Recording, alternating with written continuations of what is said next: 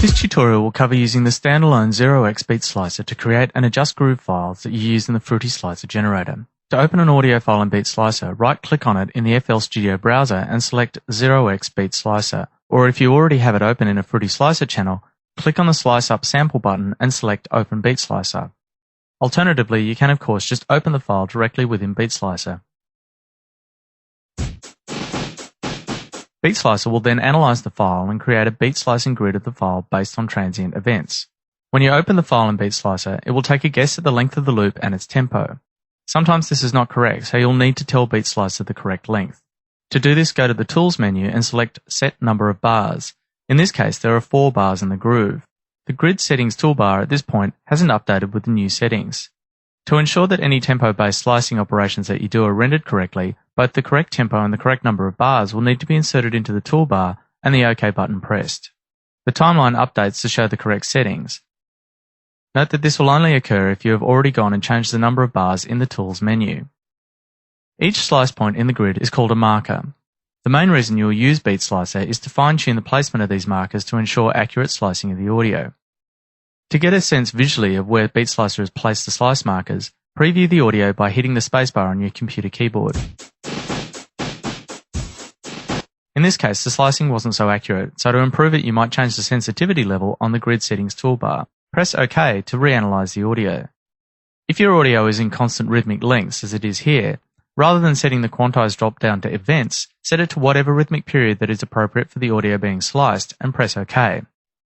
In the case of this loop, setting the quantized amount to eighth notes yields the best slicing.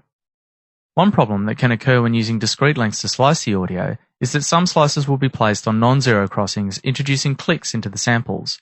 To overcome this, go to the Beat menu and select Snap Slices to ZX or Zero Crossings. More than likely, you will have to go through the grid and adjust individual markers as well as add and remove some markers. Probably the quickest and easiest way to do this is to learn some key commands straight away. Successive slices can be selected by pressing the left and right arrow keys to move backwards and forwards between slice markers. To preview a selected slice, use the key command Control Spacebar. You can also select a slice by clicking anywhere with the mouse inside the slice area. Previewing can also be done by right-clicking within the slice and choosing Preview Selection. You can also select Preview Mode in the toolbar and preview by directly clicking on any slice. To zoom horizontally, press the up and down arrow keys.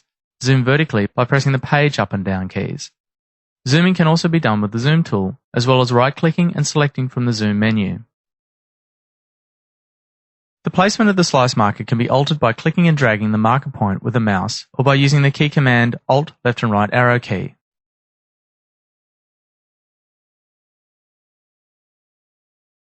As you go through the audio, keep using the Control Spacebar shortcut to preview the current slice.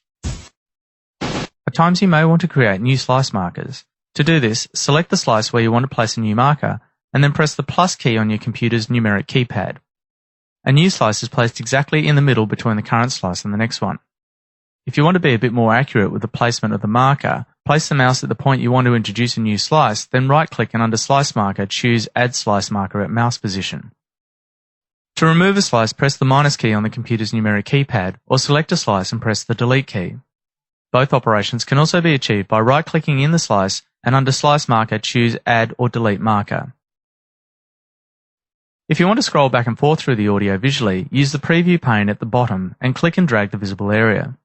The size of the visible area can be altered by clicking and dragging on either side of the preview box.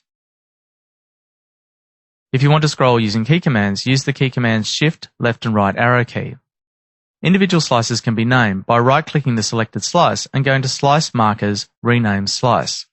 The same can be achieved by pressing the key command N. The naming dialog includes some useful category names to speed up naming drum loop slices.